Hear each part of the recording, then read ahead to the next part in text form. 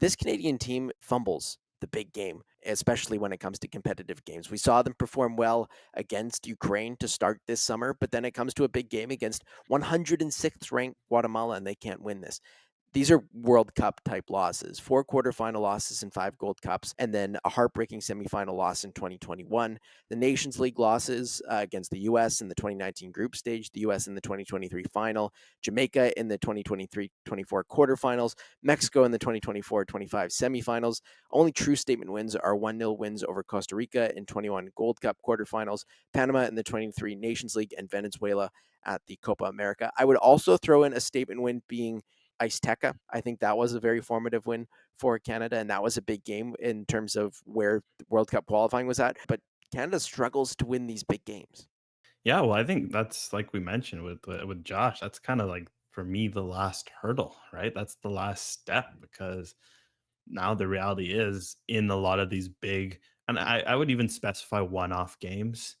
That's where Canada really has a checkered history. And even then, when you look through like the win over Costa Rica at the 2021 Gold Cup, that was good, but then they didn't build off it. Panama in 2023 was a good one, but Panama themselves, right? That's a country that's in a similar position to Canada where they've ascended to being top four, but they themselves are going through a heartbreaking upset at the in the quarterfinals. Panama should have beaten that Honduras team and should make another deep run. And then of course you look at Venezuela, as I mentioned many a time last summer, they're generational underperformers in South America. So that's just kind of in their DNA. The reality is for Canada, they've yet to really claim a big statement win in a knockout round versus top 10 or no top 30 opposition. I mean, that's the US and Mexico domestically. I remember we had the stat last show how Canada has one win over Mexico in the US in Gold Cup history, and it was when they beat Mexico en route to that 2000 Gold Cup. The reality is in a lot of these big games they've come up short more often than not. Granted, there were some very poor Canadian teams over the last 25, 30 years, right? Especially in the 2000s, 2010s, unattached FC. Remember that tournament where they didn't even score a goal in the Gold Cup? Like this team has come a long way, but it is frustrating in a sense that for as good as this team is on paper, that's been like almost a psychological hurdle holding them back. And there was a lack of flexibility from this Canadian team as well. And we'll dive into the over 50 listener questions that we got. Shout out to all the listeners that really came out for this disappointing episode as well. But Guavadelic asked, are you surprised by Marsch's lack of flexibility? I'm not sure another coach would have subbed in a striker when down to 10 men. That was Mauro Biello like. Harsh, but I mean, it's a genuine question because you're defending a 1-0 lead up a player to go to a 4-2-3 instead of potentially going to a 4-4-1, a 4-3-2, a 5-4, a 5-3-1. I guess you could have done anything to just stem the tide.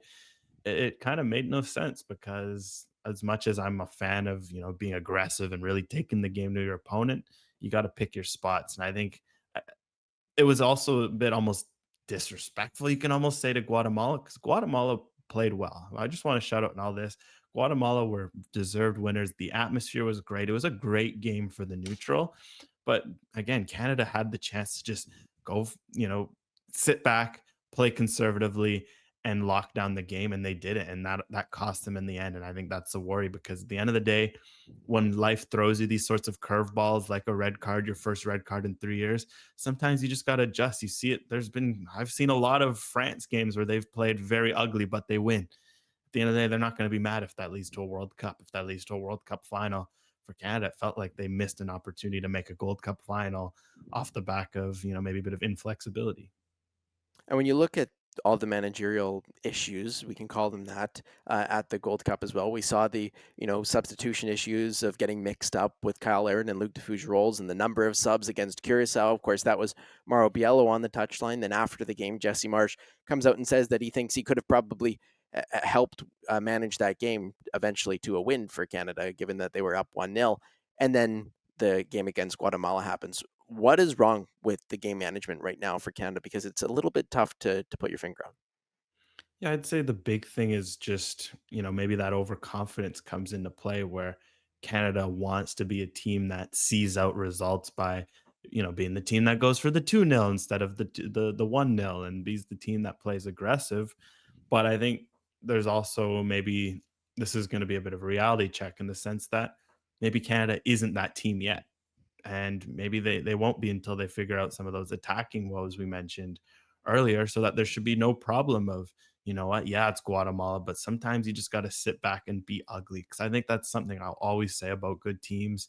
Good teams find a way. Sometimes, you're not going to remember the game on the route to winning a Gold Cup where you had to be a little ugly against Guatemala if you win, but they'll remember the game where maybe you were a bit too aggressive, maybe you were a bit too naive. So I think for Canada, there's going to have to be a bit of a recognition of, yeah, you want to be aggressive at all times, but there is a time and a place. And it felt like they didn't maybe recognize and respect that as much against Curacao and Guatemala.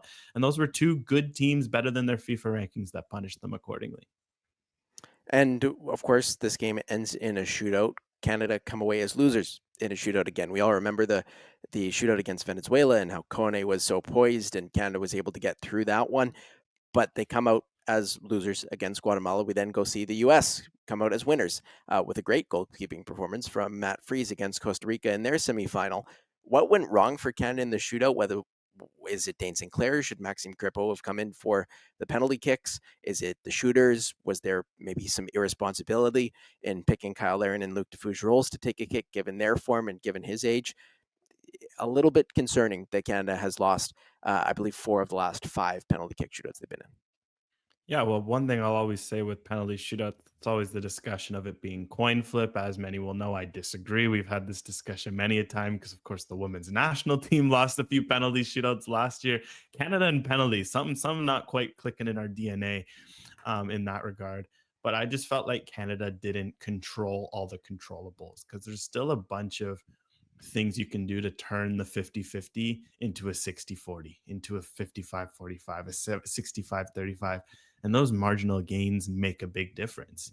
For example, you had an extra sub. You didn't use all 5 subs. When you have an Ismail Kone who's got a good penalty record on the bench, that feels like a freebie to bring him in for the 19-year-old who maybe is a bit reluctant to take a penalty, right? Or you could even maybe bring in a Maxime Crépeau in terms of you switch things up psychologically. But then again, it's psychological is a big one with penalties. Like we know, you've had great player Roberto Baggio, one of the best of all time, right? He misses a penalty in a World Cup final, and that haunts him for the rest of his career. Someone like a Dane Sinclair, it's funny because he has a fantastic penalty record for club. It's something insane where it's like 6 for, it's like over 30 or 40%. He's got a good record, but for Canada, it's 5%. So maybe even just a move like Crépeau coming in forces Guatemala to think, oh, shoot, like something different. And I think that sometimes with penalties, Canada have become a bit too predictable and that they just kind of let things ride. And while that's understandable, because at the end of the day, it is a lot of 50-50 type moments, there are a lot of controllables you can mess with, you can play around with. And it just feels like Canada in a lot of these shootouts haven't quite done that in their favor.